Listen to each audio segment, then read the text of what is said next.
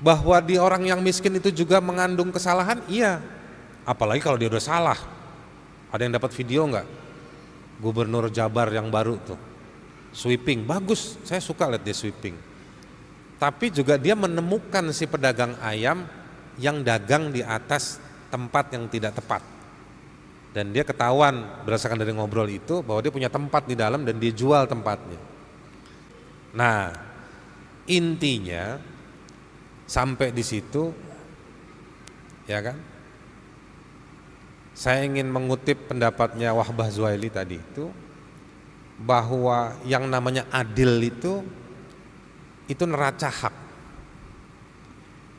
Hak itu artinya, kalau menurut Ibnu Arabi, hak itu ada hak kepada Allah, ada hak pada diri sendiri, tetapi juga ada hak kepada sesama. Iya kan? Nah, berangkat dari situ, maka kalau kita bicara soal adil itu adalah neraca hak, dan dia menempatkan hak secara proporsional, secara kontekstual pada orang yang tepat, tidak berlebihan, adil pada satu dan juga adil pada yang lain. Maka kesimpulannya, akses to justice tadi itu adalah akses bagaimana untuk mengembalikan hak kepada mereka yang lemah, mereka yang miskin, bahkan mereka yang fakir, mereka yang lemah, mereka yang didiskriminasi. Jadi sebetulnya kita bisa menggugat definisi akses to justice itu jika hanya memastikan adanya bantuan hukum, apalagi bantuan hukum yang sangat mekanistik dan formal kepada orang miskin. Kenapa? Kembali kepada tesis saya yang pertama. Orang-orang yang miskin itu dengar istilah hukum, dengar istilah formalitas, dengar istilah berurusan sama negara, takut mereka. Bahwa di orang yang miskin itu juga mengandung kesalahan, iya. Apalagi kalau dia udah salah. Ada yang dapat video nggak? Gubernur Jabar yang baru tuh, sweeping, bagus, saya suka lihat dia sweeping. Tapi juga dia menemukan si pedagang ayam yang dagang di atas tempat yang tidak tepat. Dan dia ketahuan berdasarkan dari ngobrol itu bahwa dia punya tempat di dalam dan dia jual tempatnya. Jadi dia punya kandungan praktek kesalahan, akan tetapi ada gap psikologis dengan si gubernur di kondisi atau di gambar yang kita lihat tadi itu. Nah, jadi kawan-kawan sekalian, ibu bapak yang baik, yang mulia, saya ingin mengatakan bahwa soal keadilan tidak bisa hanya soal melihatnya hanya pada soal mekanisme saja, tapi juga melihat pada soal non hukum. Ada situasi-situasi, apalagi negeri kita luas, masyarakatnya banyak, ada problem-problem yang menurut saya ada di pedalaman, di waktu-waktu yang sempit, di waktu-waktu yang ada di pelosok-pelosok. Nah, ini gimana semua? Kalau kita cek, kita periksa, kalau untuk yang bantuan hukum, negara sudah mengalokasikan. Nih, yang hukum aja nih ya, yang di luar non hukum nanti kita bahas. Yang soal hukum saja, negara sudah mengalokasikan puluhan miliar memberikan bantuan hukum. Tetapi sekali lagi, mekanismenya harus melalui organisasi bantuan hukum. Persoalan ketidakadilan, persoalan kemiskinan yang membuat orang itu menjadi serba salah atau mungkin terjebak atau terpaksa melakukan penghalalan tindakan yang seharusnya tidak boleh, itu terjadi di banyak tempat. Tapi apakah ketersebaran bantuan hukum yang difasilitasi oleh negara itu juga tersebar di banyak tempat tersebut? Jawabannya tidak. Nah, kalau kita cek, ada indeksnya ibu bapak sekalian. Saya nggak takut ngomong indeks di sini karena ini UGM, ya kan?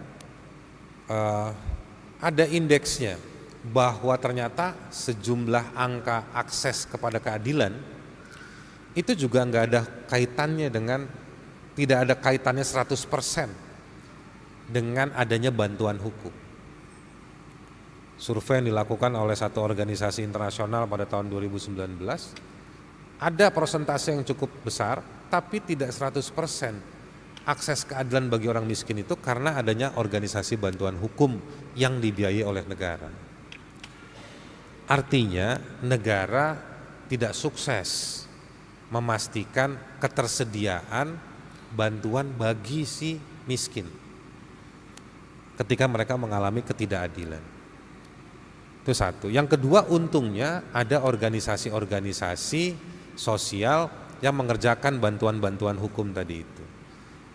Persoalan kemudian adalah bagaimana pada soal non-hukumnya. Ini lebih tidak terkonsolidasi lagi datanya.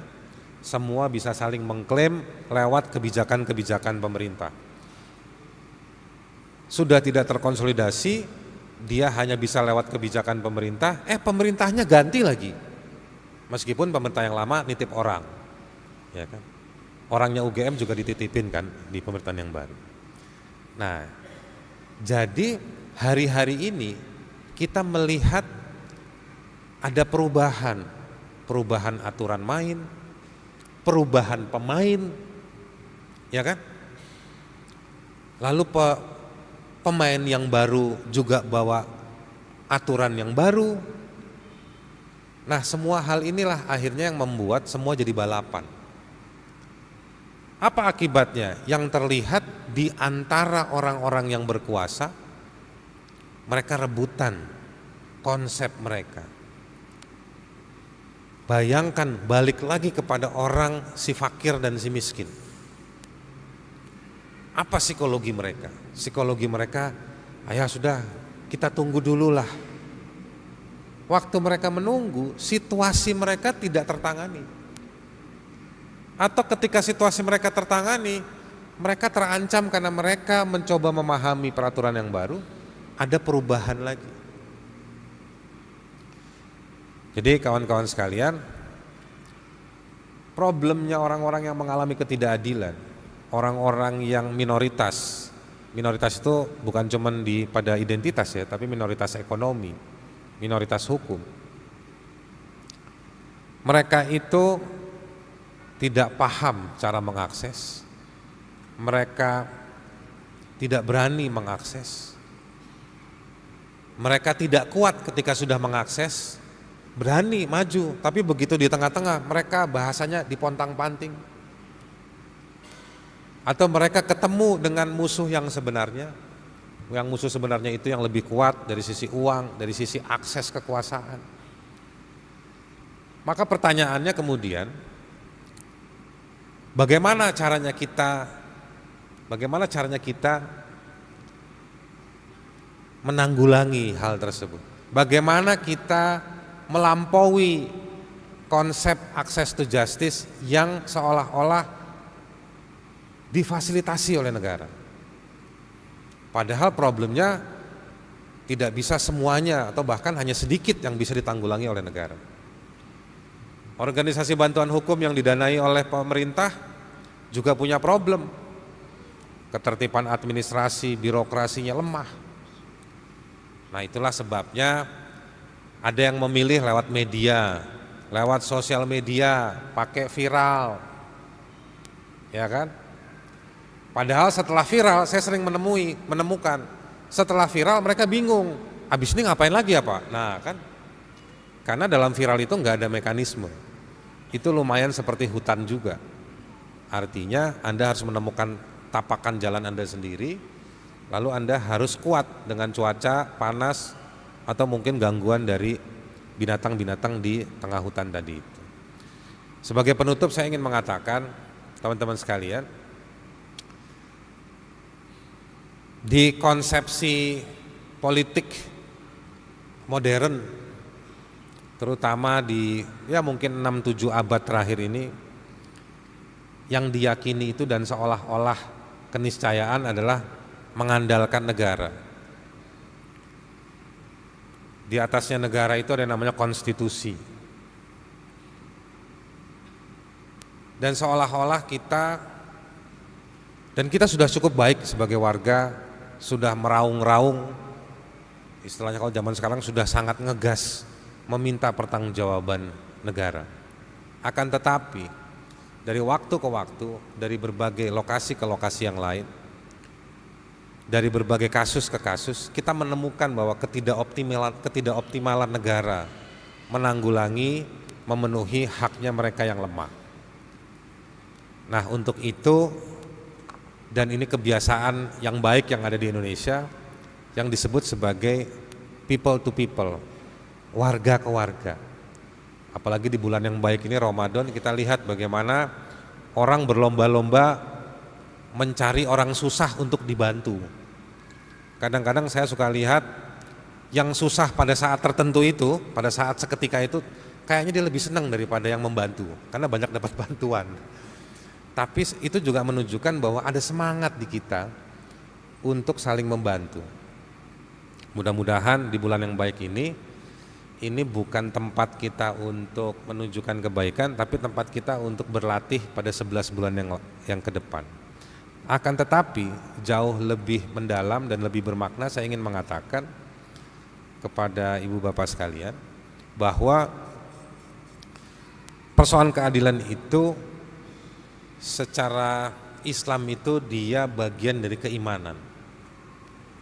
Jadi saya ingin menempatkan, mengembalikan, jadi kalau kita ingin membantu orang, kita ingin membantu orang dalam rangka mendapatkan keadilan, mendapatkan hak-hak tertentu secara tepat pada orang yang tepat pada situasi tertentu,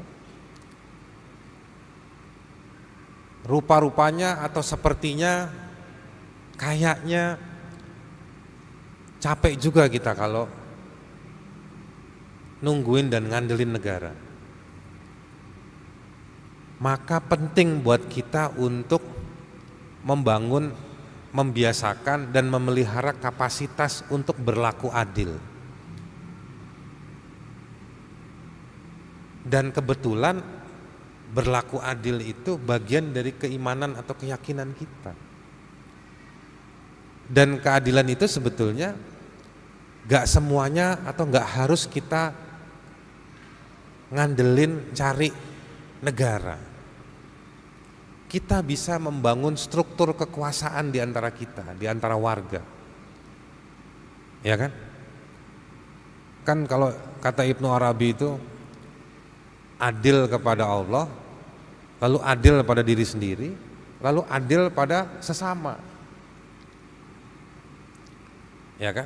Dalam konteks yang adil kepada sesama tadi itu bukan tanggung jawab kita pribadi hanya ngurusin 1-2 orang saja, tapi kebersamaan kita untuk membantu, bisa saling bertemu untuk mengurus mereka yang membutuhkan yang lebih luas lagi. Ya kan? Nah, jadi ibu bapak sekalian, saya ingin mengatakan ada energi, ada keyakinan, ada energi, ada pengetahuan yang bisa kita bangun. Dan saya yakin jika ini dipraktekkan, justru negara yang akan datang dan minta belajar kepada kita untuk bagaimana turut serta membiasakan praktek yang adil tadi itu. Saya pikir itu catatan dari saya. Terima kasih banyak. Billahi taufiq wal hidayah. Assalamualaikum warahmatullahi wabarakatuh.